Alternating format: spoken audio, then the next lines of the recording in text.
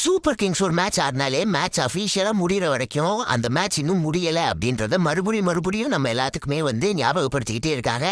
இந்த வருஷம் JSK SC20 அவங்களோட ஃபர்ஸ்ட் மேட்ச் வந்து ஆடினாங்க. என்ன நடந்துச்சு?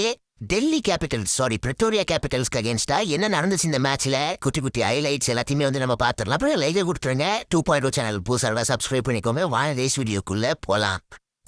ஃபர்ஸ்ட் ஆஃப் ஆல் இதுதான் ஜேஎஸ்கேவோட இன்னைக்கு அந்த பிளேயிங் லெவனாக இருந்துச்சு. லைக் முழுக்க ஒரு ஃப்ரெஷ்ஷான ஜேஎஸ்கேவா தான் இது வந்து இருந்துச்சு. இதுக்கு முன்னாடி நம்ம பார்த்த ஜேஎஸ்கேல இருந்து ஒரு சில பிளேயர்ஸ் தான் வந்து கண்ணுக்கே வந்து தென்பட்டாங்க.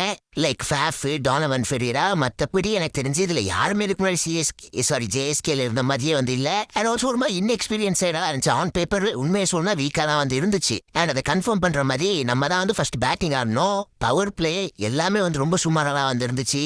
ஸ்டார்டிங்லேயே டக்குன்னு விக்கெட் போயிடுச்சு. ஃபேஃப் சீப்பா வந்து அவுட் ஆயிட்டாரு. அப்புறம் தான் நம்ம ரெய்லி ரவுஸும் ஒயன் முல்டரும் வந்து ஒரு பயங்கரமான பார்ட்னர்ஷிப் வந்து போட்டாங்க. பவர் பிளேல டக்குன்னு விக்கெட் போயிட்டு இருந்துச்சு. ரொம்ப சீப்பா வந்து ஜேஎஸ்கே சுருட்டிடுவாங்க அப்படின்னு நினைச்சிட்டு இருக்கப்ப இந்த பார்ட்னர்ஷிப் தான் வந்து மேட்சை வந்து ஷேப் பண்ணுச்சு அப்படின்னு சொல்லணும். ரெய்லி ரவுஸ் எல்லாம் என்ன ஆடிட போறாரு, போன வருஷமே வந்து ஒண்ணுமே பண்ணல அப்படின்னு நினைச்சிட்டு இருக்கப்ப இல்ல சூப்பர் கிங்ஸ் ஜெர்சியை போட்டாலே வந்து அவங்க வந்து திருப்பி ஒரு ரிடம்ஷன் வந்து தருவாங்க அப்படின்னு சொல்லி ரெய்லி ரவுஸோ அகைன் ஞாபகப்படுத்துறாரு கைஸ் நம்ம எல்லாருக்கும். ஒரு பக்கம் ரெய்லி ரவுஸோ வந்து 33 பாலுக்கு 48 ரன் 5 4 3 6 வந்து அடிச்சு கொஞ்சம் இது பண்ணாரு. அந்த பக்கம் ஒயன் முல்டர் வந்து 28 பாலுக்கே வந்து 43 ரன் 3 6 3 4 வந்து அடிச்சு அவருமே வந்து சூப்பரா வந்து ஆடி இருந்தாரு. அப்புறம் நம்ம அக்கேல் ஹுசேன் அவர் பங்குக்கு அவர் வந்து ஒரு 22 ரன்ஸ் 10 பால்ல 2 6 ஒரு 4 அப்படி இப்படின்னு ஏதோ ஒண்ணு பண்ணி 169 ரன் வந்துருச்சு. ஓகே கம்மி தான் அப்படின்னு சொன்னாலும் நம்ம கரெக்ட் ஸ்டார்ட்டுக்கு இது வந்து எவ்வளவோ ஒரு நினைச்சு பார்க்க முடியாத ஒரு டார்கெட் வந்து இருந்துச்சு ரீச் பண்ணது. நம்ம பவுலிங்க பாக்குறப்ப இந்த பவுலிங் வச்சுட்டு இது டிஃபெண்ட் பண்றதும் கஷ்டம் தான். Because Dion Jansen, Richard lesion அந்த அளவுக்கு ஸ்ட்ராங்கான ஒரு பேஸ் அட்டாக்கும் கிடையாது அப்படின்னு சொல்லி நினைச்சிட்டு இருக்கப்ப இருங்க பை நாங்க பண்றோம் அப்படின்னு சொல்லி பண்ணாத சம்பவம். இனிஷியலா இன்னிங்ஸ் ஸ்டார்ட் ஆச்சு. செகண்ட் இன்னிங்ஸ் விக்கெட்டே வந்து எடுக்க முடியல.